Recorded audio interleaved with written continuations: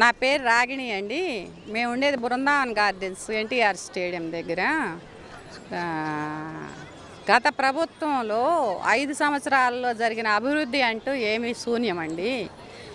అందుకని చెప్పేసి రాబోయే 5 సంవత్సరాలన్నా మన రాష్ట్రాన్ని డెవలప్ చేసుకుందామనే ఆలోచనలో ఉన్నారండి ప్రజలందరూ కూడా.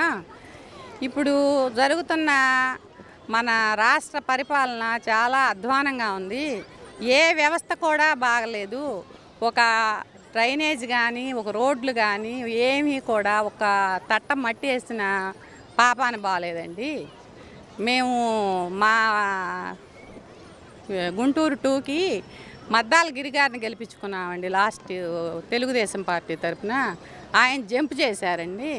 తర్వాత ఎవరో కూడా మాకు ఏమి మా మొహాలు చూసిన పాపాన బాగలేదండి ఇంతవరకు. ఇవాళ ఎలక్షన్ అని చెప్పేసి విడుదల రజనీ గారు తిరుగుతున్నారు.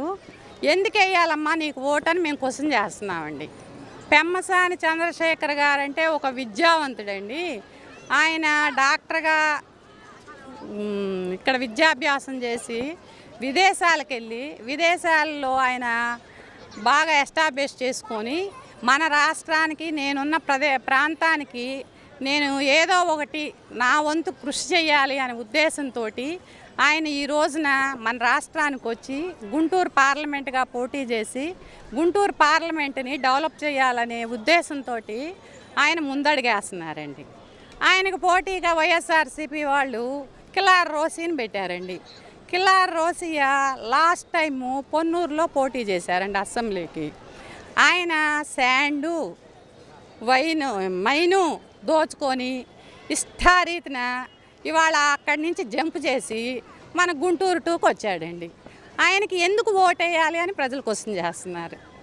ఇప్పుడు మనము వాళ్ళకి లాస్ట్ టైము 151 మంది వైసీపీకి మ్యాండేట్ ఇచ్చామండి. కానీ వాళ్ళు అది ఉపయోగించుకోలేదు. ఇవాళ మళ్ళీ ఎలా 4.5 సంవత్సరం నుంచి 4 సంవత్సరాల 9 నెలల నుంచి వాళ్ళు ఎవ్వరూ ప్రజల మొహానికి మన సీఎం గారు చూడాల. ఇవాళ ఎలక్షన్ వచ్చేటప్పటికి పరదాల చాటు నుంచి డైరెక్ట్గా రోడ్డు మీదకి వచ్చి ముద్దులు పెట్టుకోవటం, నెత్తి నవరటం తప్పితే ఏమీ లేదు. రేపటి రోజున మనం మళ్ళా వాళ్ళకే అధికారం ఇస్తే రేపటి రోజు ఇప్పుడు ఈ 5 సంవత్సరాల కంటే రాబోయే 5 సంవత్సరాలు ఇంకా అధ్వానంగా ఉంటుందని మా ప్రజల అభిప్రాయం అండి.